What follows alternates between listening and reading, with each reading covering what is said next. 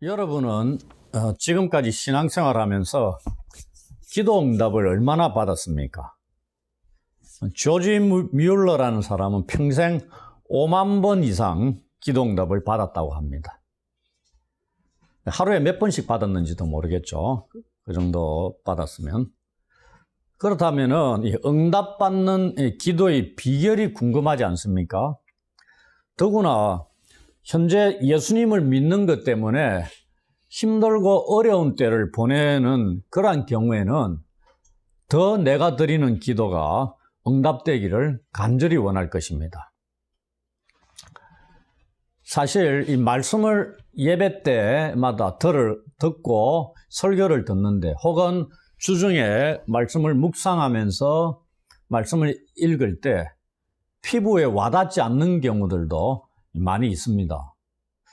이유야 다양할 수 있겠지만은 내가 그 말씀과 어울리는 상황에 있지 않을 경우가 많은 거죠.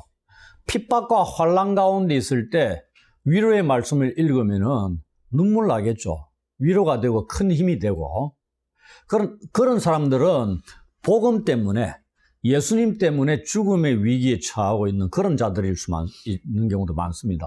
우리가 북한의 지하교회 성도들이라든지 선교지 현장에서 순간순간 위기에 처하는 그러한 선교사들, 이런 분들은 말씀이 진짜 자기에게 와닿는 그런 말씀일 수 있습니다.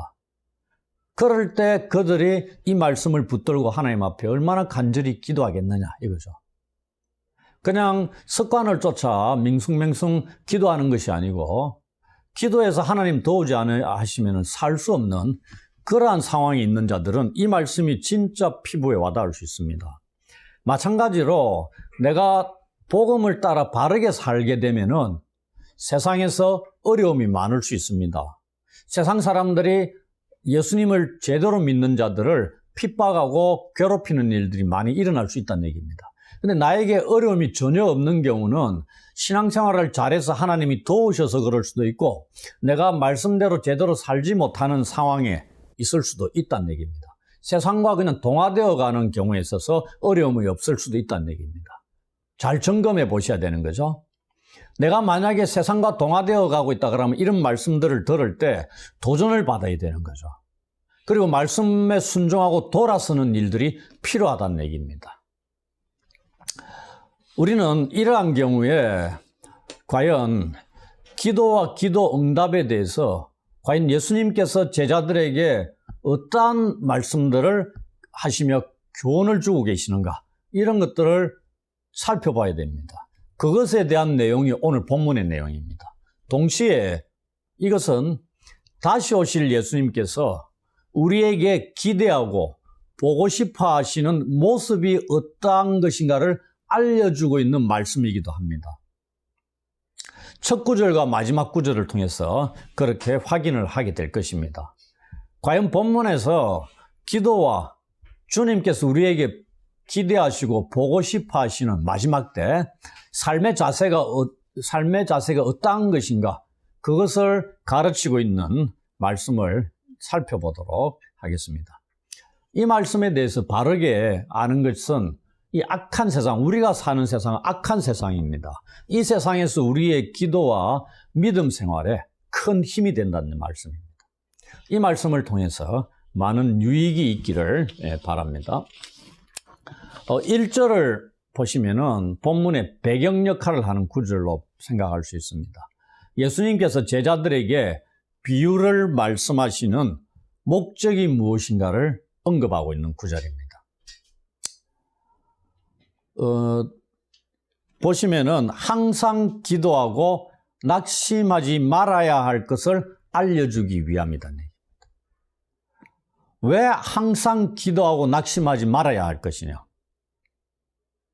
우리가 쭉 본문을 읽고서도 느낄 수도 있겠지만은 기도 응답에 확신이 있기 때문입니다. 그러니 항상 기도하고 낙심 안 한다는 얘기입니다. 간단한 거죠? 이것은 기도 응답의 확신은 내가 기도를 드리는, 나의 기도를 들으시는 하나님이 어떠한 분인가를 정확하게 알고 있는 지식에 기초하고 있어야 됩니다. 그것을 본문이 알려주고 있습니다. 그럼 무엇에 대해서 항상 기도하고 낙심하지 말아야 합니까? 우리는 과부가 처한 상황을 통해서 제자들의 형편들, 그리고 오늘 우리에게 요구하시는 그런 자세, 이런 것들을 알 수가 있습니다. 이에 대해서 우리는 지금 본문을 통해서 이러한 문제들을 알아보도록 하겠습니다. 예수께서 말씀하시는 이러한 자세는 8절 같은 데 보시면은 인자가 나타나는 날까지 계속되어야 하는 자세입니다. 중간중간 포기하고 그만두고 그러다가 다시 한번 또 깨어나고 이런 게 아니고요. 주님이 다시 오실 때까지 이러한 자세가 지속되고 계속되어야 된다는 걸 알려줍니다. 이 낙심하지 말아야 한다 이렇게 하는 것은 제자들이 처한 상황이, 그리고 앞으로 처할 상황이 충분히 낙심할 수 있는 상황이다 이 말입니다. 예수님의 복음대로 살 경우에 많은 위기들이 올 것이고 그 믿음을 포기하게 만드는 위험 요소들이 많이 접하게 될 것이다. 그런 걸 짐작케 하는 말씀입니다. 그렇기 때문에 낙심하지 말아야 하는 거죠. 그냥 평탄한 길로만 가게 된다면은 이 낙심이라는 얘기를 끄집어낼 필요가 없는 겁니다. 이 낙심이라는 것은 믿음을 포기하게 만드는 요소입니다. 이렇게 하면 안 된다는 얘기죠. 그 말은 역으로 믿음을 굳게 지켜야 된다는 것까지 알려주고 있는 거죠. 그래서 우리가 낙심하지 말아야 할 것은 기도를 계속하되 기도가 빨리 응답이 안 될 때, 내가 원하는 때에 기도가 응답이 안 될 때가 있죠. 그때 실망하지 말아야 되는 겁니다. 그런 말씀입니다. 나는 내일까지 뭐가 필요해서 기도를 했는데 응답이 안 될 수가 있어요. 그 낙심이 되는 겁니다. 그러지 말라는 얘기입니다. 그걸 이제 우리가 잘 아는 그 유명한 과부와 재판장 비유를 통해서 알려주는 겁니다. 비유는 너무나 짧습니다. 2절을 보시면은 처음 등장하는 인물이 누구냐면은 하나님을 두려워하지 않고 사람을 무시하는 어떤 도시의 재판장입니다. 구약 성경을 보시면은 재판장은 가난한 자와 과부들을 보호해야 하는 자들로 그려지고 있습니다. 그들의 역할이란 얘기죠. 하나님도 그러한 분으로 그려지고 있습니다. 시편 68편 5절 같은 데 보시면 그의 거룩한 초소에 계신 하나님은 고아의 아버지시며 과부의 재판장이시라 이렇게 되어 있습니다. 그 하나님께서 세우신 재판장의 역할이 이것이어야 된다 이 말입니다. 그런데 본문에 나오는 재판장은 어떤 자라고요? 하나님을 두려워하지 않습니다. 그리고 사람을 무시하는 자입니다. 그는 언젠가는 맞게 될 하나님의 심판을 조금 더 생각하지 않고 조금 더 두려워하지 않는 자입니다. 또한 자기 주변에 있는 동료들의 눈도 의식하지 않는 자입니다. 이게 우리말로 오늘날 말로 표현하면 여론을 무시하는 자다는 얘기입니다. 정치인들이 얼마나 여론에 민감합니까? 근데 이 재판장은 여론까지 확 무시해버리는 겁니다. 하나님도 무시하는데 사람들의 눈이나 이런 걸 의식하겠습니까? 전혀 관심을 갖지 않습니다. 그래서 이 재판장은 자신이 곧 그 도시의 법인 사람입니다. 짐이 곧 법이다 이런 말을 합니다. 그리고 매우 부패한 자임을 알 수 있습니다. 이런 자에게 생각해 보십시오. 누군가가 억울함을 호소한다고 생각을 해보시란 말입니다. 좋은 결과를 기대할 수 있겠습니까? 힘듭니다. 그래서 시작부터 분위기가 별로 안 좋습니다. 여기에 누군가 등장할 텐데 그 등장하는 자가 결과가 시원찮을 것이라는 걸 미리 이 비유를 들을 때 짐작을 할 수 있단 말입니다. 결과를 알지 못할 때는. 그 다음에 이 도시에 사는 주민들, 시민들은 이 재판장을 통해서 공정한 재판을 기대할 수가 없는 사회에서 살고 있는 자들로 보시면 됩니다. 다음 등장인물이 3절에 보시면 과부가 나옵니다. 과부들은 성경에서 고아와 더불어서 도움을 받아야 하는 힘없고 무력한 자들의 대표자들입니다. 구약 성경에 너무나 많이 나옵니다. 그래서 하나님께서 고아와 과부, 나그네들을 돌봐야 된다고 말씀합니다. 누가도 이들에게 관심을 갖고 있습니다. 본문에 나타나는 과부는 어쩌면은 공평한 기회를 박탈당해 원한을 가진 의지할 데가 전혀 없는 여인으로 보입니다. 이 과부가 처한 상황을 보시면은 비유 전체를 통해서 알 수 있는 것은 마지막 때 믿음을 따라 살아가는 그리스도인들이 처할 수 있는 그러한 상황을 대변하는 것으로 비춰집니다. 그러면 이제 본문에 등장하는 이 과부가 무엇을 하고 있느냐를 보십시다. 그녀는 재판장에게 자주 가서 원한을 풀어달라고 요청하고 있습니다. 사실 우리가 일반적인 원한을 가진 자라면 재판장에게 직접적으로 가는 게 아니고 누구를 거쳐가야 되겠어요? 변호사를 고용할 것 아닙니까? 우리가 법정에 혼자 갑니까? 대체로 변호사를 고용해서 갑니다. 나를 대신해서 변호해 줄 전문가를 찾는다 이 말입니다. 그런데 과부가 홀로 직접 재판장을 찾아갔다고 나옵니다. 그 말은 이 여자는 변호사를 고용할 만한 돈이 없는 가난한 자다는 것을 보여주는 거죠. 여기서 자주 그에게 갔다 이 표현은 헬라어로 미완료 시제입니다. 제가 계속 미완료 시제에 대해서 말씀을 드렸죠. 이게 뭐냐면은 그녀가 처한 이 절실한 상황 때문에 도움을 위해서 반복적이고도 되풀이해서 찾아가서 호소하는 행위가 한 번에 그친 것이 아니고 계속되었다는 것을 알려주고 있는 용어입니다. 이것이 본문에 나오는 원한을 풀어달라고 요청하는 과부가 한 유일한 행위입니다.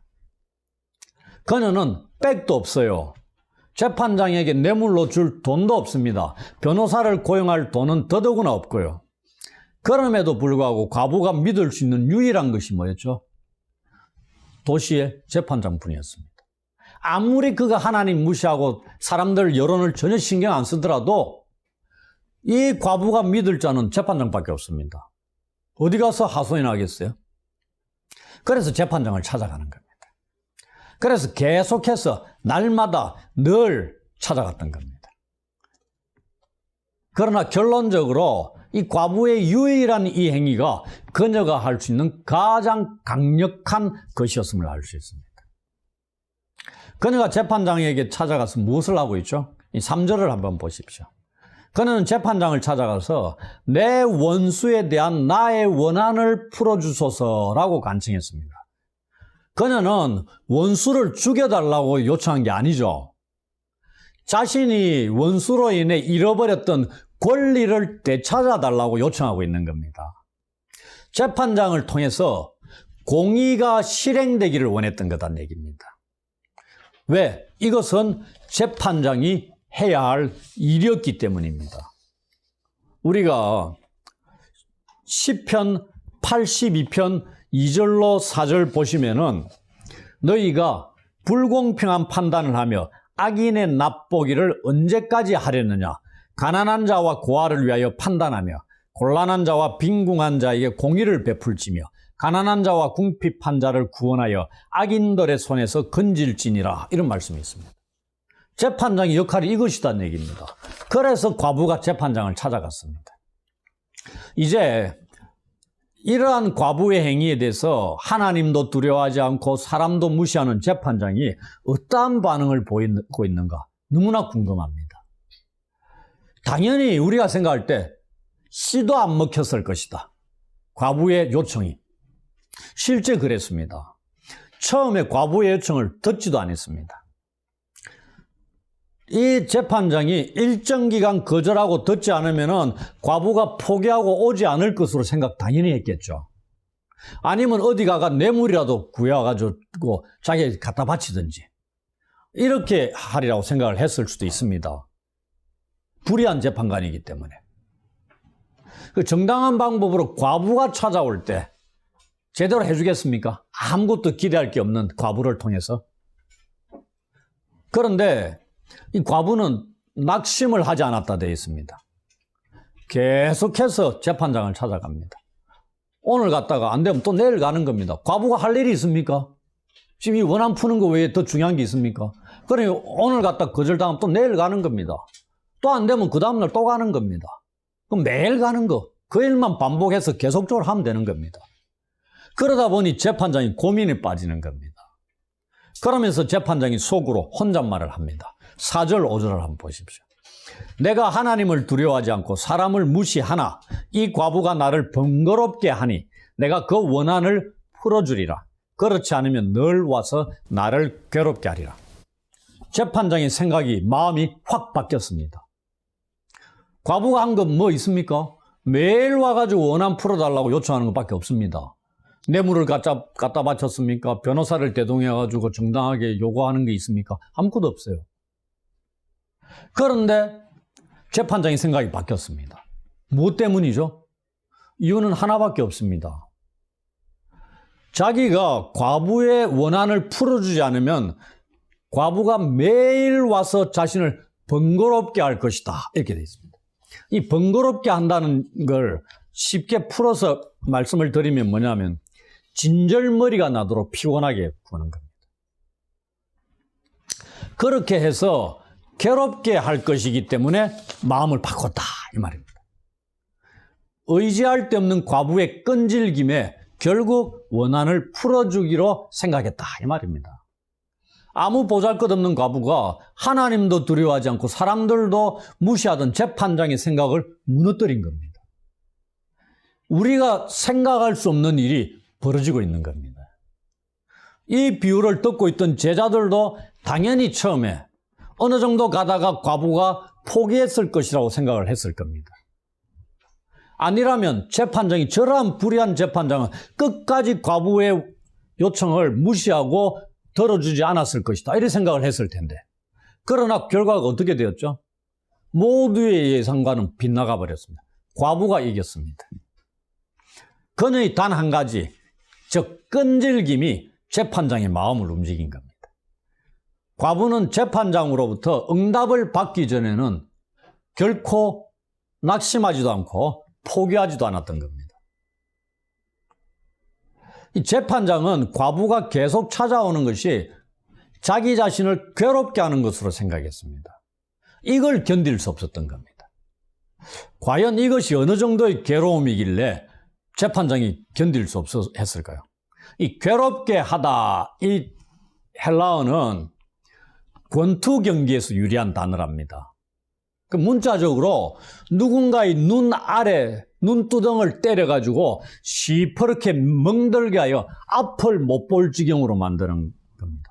우리 권투 경기 여러분들 보실 때 많이 맞으면 눈 아래가 부어 올라가지고 눈이 안 보이는 것들 보신 경우가 있을 겁니다. 저는 많이 봤거든요.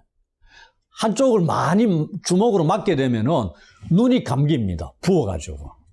거기에 처음에는 한 대 맞으면 아프겠어요? 근데 눈이 퉁퉁 부어 올라가서 앞에 안 보이고 거기 한 대씩 치면은 고통이 배가 됩니다. 이걸 얘기하는 겁니다. 여인의 행위가 매일매일 와서 내 원한을 풀어주십시오, 재판장님 하고 또 돌아가요. 또 그 다음날 와가 또 원한을 풀어주십시오. 이것이 재판장에게 어떠한 고통으로 와닿았다고요? 자기 눈두덩이를 매일매일 한 대씩 맞는 고통을. 그리고 갈수록 눈이 부어가 앞이 안 보일 정도로 돼가지고 그 고통이 엄청나다는 얘기입니다. 이걸 견딜 수 없어가지고 풀어주는 겁니다. 원한을. 놀라운 거죠. 과부가 무슨 힘이 있습니까? 능력이 있어요? 아무것도 없다는 얘기입니다. 재판장에게 늘 찾아오는 이 과부가 눈의 가시와 같은 존재입니다. 이거 빼지 않으면 큰일 난다는 얘기입니다. 재판장이 바로 이러한 과부의 괴롭힘에서 벗어나고 싶었던 겁니다. 하나님도 무시하고 사람 여론이고 이거 전혀 신경 안 썼던 자가 과부의 이러한 행위 때문에 자기의 그 악한 불의한 생각들을 다 뜯어고친 겁니다. 과부가 불의한 재판관을 바꿔버리는 겁니다. 법을 법대로, 공의를 공의대로 실천하지 않는 자를 과부가 무력하고 아무런 힘이 없는 자가 정복하고 이긴다는 얘기입니다. 가진 것, 기댈 것 하나 없던 과부가 단 하나 항상 요청하고 낙심하지 않는 자세로 마침내 자신의 목적을 성취했습니다. 이걸 통해 우리가 뭘 보냐면 계란으로 바위를 깨트리는 방법을 보고 있는 겁니다. 여러분들 계란으로 바위 깨트릴 수 있습니까? 불가능합니다. 과부가 불의한 재판관 마음 움직이는 것 불가능했을 겁니다. 그런데 이게 어떻게 현실로 이루어지는 겁니다. 단 하나, 끈질김. 낙심하지 않고 포기하지 않고 지속적으로 요청하는 것. 이걸 이제 기도에 대입한다 이 말입니다. 이 비유를 가지고 예수님께서 제자들에게 교훈하는 겁니다. 여러분들 이 비유가 너무 극단적이라고 생각하는 사람이 있습니까? 이러한 재판관과 하나님을 비교하고 있는 겁니다. 이게 너무 극단적인 대비이기 때문에 이건 현실적으로 일어날 일이 아니다 이렇게 생각하십니까? 전혀 그렇지 않습니다. 하나님과 사람을 비교할 때 여러분들 무엇으로 하나님의 우울함을 표현할 수 있겠습니까? 이런 극단적인 비교 아니면 표현이 어떻게 되겠어요?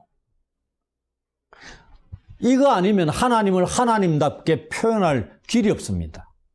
왜? 하나님과 사람은 하늘과 땅 차이보다 더 큰 차이가 나는 존재잖아요. 그거 어떻게 표현하겠습니까? 그래서 이런 비유를 누가 하고 있습니까? 예수님이 하시는 비유입니다. 거짓말처럼 보입니까? 아니죠. 진리입니다. 이제 우리는 주님께서 비유를 마치시고 제자들에게 말씀하시는 것을 보도록 하겠습니다. 6절입니다. 불의한 재판장이 말한 것을 들어라. 여러분들, 불의한 재판장이 말하는 것이 무엇이죠? 4절, 5절의 내용이잖아요. 이 내용을 제자들이 들어야 한다는 겁니다. 이 들어야 한다는 걸 구약적인 용어로 뭐냐면은 청종하라는 얘기입니다. 이 어디서 많이 나오냐면은 주로 이스라엘 백성들이 하나님의 계명이나 명령에 대해서 청종하고 실천하면, 듣고 행하면 복을 누릴 수 있다는 문맥에서 나오는 말씀입니다. 이스라엘 백성들이 실패한 게 무엇 때문이다? 듣지 않았기 때문에, 청종하지 않았기 때문에 실패했다. 이랬습니다. 청종하지 않았기 때문에 뭐가 안 된다? 실천이 안 된다는 얘기입니다. 귀를 닫고 있는데 실천이 일어나겠습니까? 택도 없습니다. 본문에서도 마찬가지일 겁니다. 비록 불의한 재판장이 말한 것을 듣는 것이지만 이것은 우리 주님께서 원하시는 것입니다. 신약에서 우리는 이러한 예를 볼 수 있습니다. 여기서 들으라 하는 말씀, 어디서 많이 들은 말씀 아닙니까? 씨 뿌리는 자 비유, 마가복음 4장 3절 이하에 나오는 씨 뿌리는 자 비유의 시작과 끝이 들으라로 시작하고 끝마칩니다. 제가 마가복음 4장 3절 이하 씨 뿌리는 자 비유도 말씀을 드렸습니다. 그러면서 이 구약의 들으라는 히브리어로 뭐죠? 쉐마입니다. 놀라운 말씀입니다. 쉐마라는 거는. 이스라엘 민족들이 늘 암송하듯이 자녀 교육시킬 때 하는 말입니다. 이게 기독교에 있어서 쉐마가 씨 뿌리는 자 비유 나온다 이 말입니다. 제가 설교할 때 그런 말씀을 드렸을 겁니다. 이 단어가 씨 뿌리는 자 비유에 들으라는 단어가 본문의 들으라와 헬라어로 똑같은 단어입니다. 이것은 단순히 듣는 것에 그치는 게 아닙니다. 그 비유의 마지막에 보면 좋은 땅에 떨어진 밭이 어떻다고 표현하고 있냐면 착하고 좋은 마음으로 말씀을 듣고 지키어 인내로 결실하는 데까지 나아가는 것을 포함하고 있는 겁니다. 이 청종하고 듣는 행위는 그거다 이 말입니다. 듣고 인식하고 깨닫고 실천하고 열매 맺는 데까지 하나로 묶여져 가지고 쓰여야 된다 이 말입니다. 여기서 예수께서는 불의한 재판장과 이렇게 하나님을 대비시키고 있습니다. 불의한 재판장, 우리가 생각할 때는 일반적인 요청, 과부의 요청에는 씨도 안 맥힐 사람입니다. 그가 과부의 끈질김과 지속적인 요청에 성복했죠. 굴복했다면은 반대로 의로운 우리 모두의 하나님 아버지는 얼마나 많은 것을 베풀어 줄 것이냐 이 말입니다. 극단적인 대비입니다. 전혀 하나도 들어주지 않을 불의한 재판장이 과부의 끈질김에 원한을 풀어줬습니다. 그러면 하나님은 어떠한 분이다? 불의한 재판장과 정반대의 분이죠. 사랑이 많으시고 공의로우신 하나님입니다. 과부와 가난한 자, 고아들의 하나님이십니다. 아버지시고 자기 백성들을 구원하시고 지키시는 분입니다. 그러한 분에게 예수님 때문에, 믿음 때문에 고통당하는 자기 백성들의 요청을 묵살하겠느냐? 듣지 않으시겠느냐? 안 들어주시겠느냐? 이 얘기입니다. 그러니 기도 응답의 확신이 설 수밖에 없는 거죠. 포기하면 됩니까? 안 됩니까? 안 되죠. 우리 기도를 불의한 재판관에게 합니까? 자비롭고 공의로우신 하나님께 하잖아요. 그런데 기도 응답의 확신이 없이 기도하다가 포기한다는 것 너무나 어리석고 잘못된 것이다 이 말입니다. 의지할 데 없는 이 과부의 끈질긴 기도가 불의한 재판장으로부터 많은 것을 자기의 원한을 다 풀어가 응답을 받았다면 그리스도인들의 기도야말로 얼마나 많은 것 좋은 것을 이루어낼 것인가 그것을 알려준다 이 말입니다. 이제 7절 8절에 보시면 불의한 재판장이 말한 것을 들으면 무엇을 깨달을 수 있습니까? 불의한 재판장과 이 대비를 통해서 이제 하나님께서 자기가 택하신 자들의 기도에 대해서 얼마나 확실하게 응답해 주실 것인가에 대해서 세 가지로 제자들에게 말씀하고 있습니다. 첫 번째가 뭐냐면 하나님께서 그 밤낮 부르짖는 택하신 자들의 원한을 풀어주지 아니하시겠느냐. 이 질문을 던진다는 것은 풀어준다는 말씀이요, 풀어주지 않겠다는 말입니까? 풀어주시겠다는 말씀을, 그 긍정적인 답을 기대하는 말씀 아닙니까? 밤낮 부르짖는다는 게 뭐와 비교되죠? 여인의 행위. 늘 찾아가지고 원한을 풀어달라고 요청하는 그겁니다. 그러니 이 과부는 누구의 모델이다? 제자들의 롤 모델로 등장하고 있는 인물입니다. 과부가 처한 불의한 환경, 제자들이 믿음 때문에 그 악한 세상 속에서 불의한 일들을 당할 수 있다는 이 말입니다. 그때 이 과부의 행위를 떠올려라 이 말이죠. 이 백도 없고 아무런 보잘것없던 무력한 과부가 늘 항상 찾아와서 자신을 괴롭힐 것이라는 이유 하나만으로 불의한 재판장이 과부의 원한을 풀어주었습니다. 그런데 우리 하나님이 어떤 분이십니까? 우리를 여기 보면 택하신 분이라고 되어 있습니다.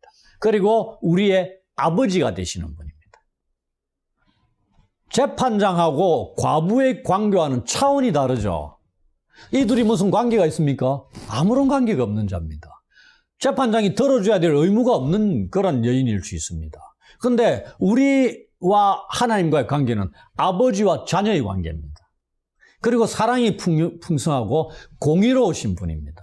그 자녀가 밤낮 부르짖는 원한을 그 능력 많으시고 공의로우신 아버지께서 풀어주시리라는 것을 왜 못 믿느냐 이 말입니다. 둘째, 그들에게 오래 참으시겠느냐.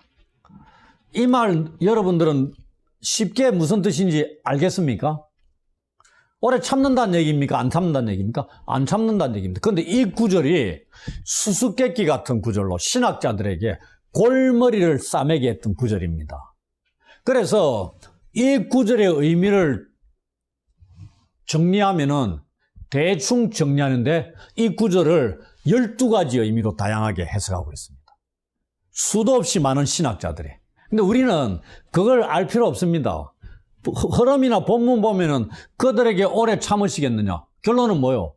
하나님께서 오래 안 참으신다. 그럼 어떻게? 신속하게 응답해 주실 것이다. 이런 것만 생각하면 됩니다. 신학자들처럼 골치 아프게 찾아갈 필요도 없습니다. 뭐 응답을 그걸 확실하게 기대할 수 있는 말씀 아닙니까? 우리의 간구하는 기도를, 원한을 지켜보시면서 시간을 질질 오래 끄시는 분이 아니고 또 무관심해가지고 무시하실 그런 하나님도 아니다 이 말입니다. 듣고 계시는 분이다 이 말입니다. 그리고 택하신 자들의 원한을 오래 참으시는 분이 아닙니다. 이 사실을 믿으라 이 말입니다. 기도할 때 어려움에 처해 있을 때, 너희가 예수님 때문에, 복음 때문에 신앙대로 제대로 살려고 할 때, 어려움을 당할 때, 불의한 일을 당할 때, 이 사실을 기억하라 이 말입니다. 세 번째, 속히 그 원한을 풀어주시라. 똑같은 말이겠죠? 속히. 겁나게 빨리 풀어주시겠다는 얘기죠. 그런데 여러분들 진짜 어려울 때 기도하면 적각 자판기 돈 넣고 탁 누르면 나오듯이 그렇게 됩니까? 안 됩니다. 하나님의 시간대가 있다는 얘기입니다. 우리는 내일, 오늘 당장 필요해서 요청하는데 하나님은 당장 적각적으로 기도할 때마다 바로바로 응답해 주지는 않는 일들이 많더라. 그런데 적각 응답이 오는 경우도 많죠. 그러면은 모른다 이 말입니다. 그러니 낙심하지 말아야 된다. 대신에 확신은 가져야 된다 이 말입니다. 원한을 속히 풀어주시리라. 신속하게. 우리 가까이에서 기다린다 이 말입니다. 우리를 연단하시는 목적도 있을 수도 있고요. 때가 안 됐을 수도 있고 하나님의 때는 우리에게 있어서 최적의 때입니다. 그것만 기억하시면 됩니다.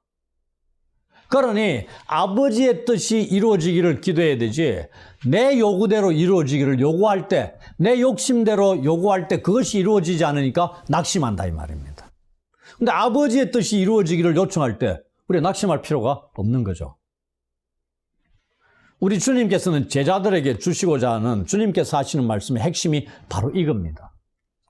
하나님께서는 밤낮 부르짖는 택하신 자들의 원한을 속히 풀어주실 것이라고 예수님께서 여러분들 8절에 보면 내가 너희에게 이르노니 쭉 비유를 말씀하다가 8절에 딱 가니까 내가 너희에게 이르노니 속히 그 원한을 풀어주시라. 누가 풀어주는 겁니까? 하늘 아버지께서 풀어주시는데 내가 너희에게 말한다. 예수님께서 제자들에게 말씀한다. 그럼 뭐처럼 말씀하는? 아버지께서 속히 풀어준다는 것을 예수님이 말씀한다는 건 예수님이 뭐다? 제자들에게 어떻게 보면 보증인처럼 말씀하면서 확신을 주고 있다. 보시면 됩니다.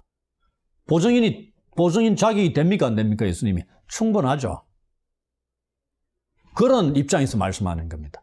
불의한 재판장과 하나님을 대비시키면서 예수께서 제자들에게 알려주시고자 하는 게 바로 이겁니다. 그래서 제자들은 세상에서 악한 자들에 의해서 고난받고 핍박받을 때 낙심하지 않고 하나님께 항상 기도해야 된다는 얘기입니다. 하나님은 불의한 재판장들과 달리 택하신 자들의 기도를 듣고 계십니다. 그리고 속히 응답해 주실 것이라고 약속하고 있습니다. 과부는 불의한 재판장이 자신의 요청을 들어줄지 안 들어줄지 확신 없이 갔습니다. 그렇죠? 믿을 게 그 사람밖에 없었기 때문에 그냥 가는 겁니다. 매일. 퇴짜마저도 또 가는 겁니다. 그래서 늘 찾아간 거죠. 언제까지? 들어줄 때까지 찾아간 겁니다. 그러나 하나님의 경우는 어떻습니까? 하나님이 우리의 기도를 들어줄지 안 들어줄지 여러분들 긴가민가 합니까? 기도할 때마다. 하나님이 불의한 재판관처럼 불의한 분입니까? 아니죠.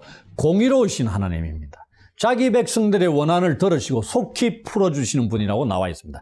그렇기 때문에 이 세상에서 악한 자들에 의해서 고통받고 박해받는 그리스도인들은 어려움에 처해 있는 그리스도인들은 자신들이 당하고 있는 고통, 아픔, 원한을 가지고 하나님을 찾아가야 한다는 얘기입니다.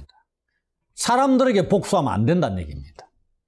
우리의 기도를 들으신 하나님을 찾아가야 됩니다. 과부가 했던 것처럼. 대신 우리의 원한을 들으시고 속히 갚아주시는 하나님이심을 믿고 확신하고 나아가야 된다는 얘기입니다. 과부는 긴가민가하며 알 수 없이 확신을 갖지 못하고 나아갔지만은 대신에 낙심하거나 포기하지 않고 늘 찾아갔습니다. 그러나 우리 하나님께서 우리의 기도를 들어주시는 분입니다. 확신을 갖고 나아가야 되는 겁니다. 여기에다가 과부의 항상 기도하고 낙심하지 않는 자세를 갖추고 하나님께 나아가라 이 말입니다. 이러한 자세를 어디까지? 다시 오실 우리 예수님께서 마지막 때를 살아가는 우리에게 이러한 자세를 요구하고 있습니다. 8절 마지막 구절을 보시면 이 구절에 예수님의 이 질문이 나옵니다. 인자가 올 때에 세상에서 믿음을 보겠느냐? 여러분들 이 과부와 재판장 비유를 보시면서 마지막 구절과 이 말씀 전체를 어떻게 연결짓느냐? 이게 또 고민이 됐을 수도 있을 겁니다. 인자의 다시 오심, 우리 예수님의 다시 오심을 기다리며 사는 자들, 그리스도인들이죠. 그리스도인들이 과부의 사건을 올바로 깨닫지 못하면은 항상 기도하는 것과 낙심하지 않는 믿음의 자세를 지켜갈 수 없다는 얘기입니다. 언제? 마지막 때, 인자가 올 때까지. 우리가 지난주에 17장 부분을 살펴봤잖아요. 인자의 때가 어떻게 노아의 때와 롯의 때와 같다 되어 있습니다. 심판이 임할 때까지 일반 사람들은 전혀 심판에 대해서 무시했습니다. 제자들은 어떻게 해야 된다는 얘기입니까? 준비하고 있어야 되고 깨어 있어야 됩니다. 노아처럼. 노아는 120년 동안 준비를 했습니다. 1년도 아니고, 여러분들 1년을 기다리려 하더라도 쉽지 않죠. 한 달을 기다리는 것도 쉽지 않습니다. 120년 동안 방주를 만들면서 기다린 노아를 생각해 보십시오.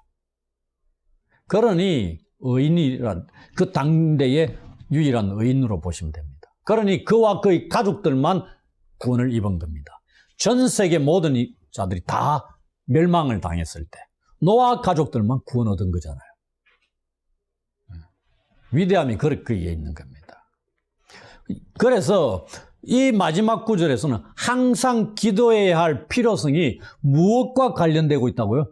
믿음과 관련이 되어 있습니다. 그래서 기도와 믿음이 연결되고 있다, 이렇게 보시면 됩니다.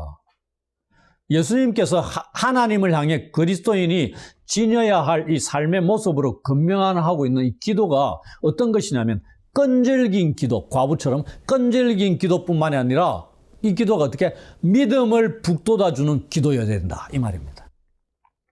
이것은 누가복음에 많이 나오는 이 예수님의 다시 오심을 기다리는 이 제자들을 향해 말씀하시는 깨어있음, 준비하고 있음의 또 다른 면입니다. 이 구절은 하나님의 공의가 속히 실행될 것이며 인자의 오심으로 그것이 완성될 것이라는 걸 알려주고 있습니다. 그러니 너희들은 낙심하면 안 된다는 얘기입니다.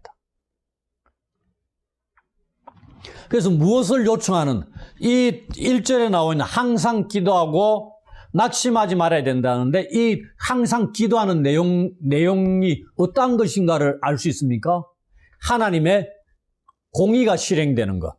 불의한 세상에서 하나님의 백성들이 불의한 일을 당할 때 하나님의 공의가 실행되기를 요청하는 것. 또 하나, 우리 예수님의 다시 오심을 기다리는 것. 그것에 대한 기도일 수 있다, 이 말입니다. 믿음으로 인해 핍박과 고난을 당하는 이 그리스도인들은 이러한 사실을 확신하는 믿음을 지니고 기도해야 한다는 것을 알려주고 있습니다. 다시 오실 인자 되신 예수께서 찾으시는 것도 고난을 견뎌내고 견딜 수 없는 것을 견뎌낼 만큼 강하고 살아있는 믿음, 즉 종말까지 순종의 섬김으로 나타나는 믿음입니다.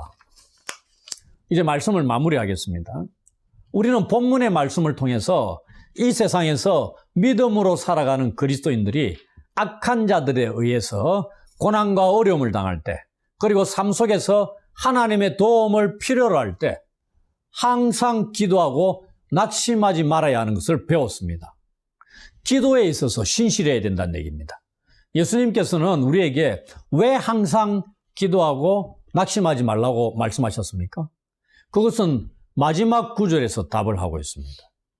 인자이신 예수께서 다시 오실 때 이 세상에서 자기 백성들에게서 인정할 만한 믿음을 보고 싶어 하시기 때문입니다. 믿음을 보겠느냐? 이러한 믿음을 가진 자가 마지막 때 잘 없다, 이 말입니다. 우리 주님 다시 오실 때 찾는 자의 모습이 이 모습입니다. 세상에서는 불의한 일들이 많이 일어납니다. 우리가 얼마나 많이 봅니까? 그것이 그리스도인들을 향한 것들도 많이 있습니다. 그럴 때 그리스도인들이 어떻게 해야 된다? 믿음을 지켜야 한다는 얘기입니다. 그 믿음이 항상 기도하고 낙심하지 않는 삶에서 드러나는 것이다. 이 말씀을 본문이 알려주고 있는 겁니다. 두 번째, 항상 기도하고 낙심하지 않는 믿음의 삶을 방해하는 요소들이 우리 주위에 많이 있습니다. 기도 응답이 더디다고 느껴질 때도 있습니다. 그때 우리는 어떻게 해야 된다? 이 말씀을 기억해야 됩니다. 믿음을 지켜야 되고 기도를 지속적이고 낙심하지 않고 포기하지 않고 계속할 수 있어야 합니다. 예수님께서 이 비유를 말씀하신 목적이 바로 여기에 있다고 말씀드렸죠. 하나님께서는 우리들의 이 계속적인 기도를 듣고 확실하게 응답하시는 분이심을 알아야 합니다. 이 사실을 우리가 확신하는 것은 신앙 때문에 고난당하고 위기에 처할 때에 낙심하지 않고 믿음을 지킬 수 있는 힘을 얻게 합니다. 이를 위해 예수님께서 우리에게 이 말씀을 주신 것입니다. 우리 주님 다시 오실 때까지 보고 싶어 하시는 그런 믿음을 지닌 자들로 살아가시기를 주의 이름으로 축원합니다. 아멘.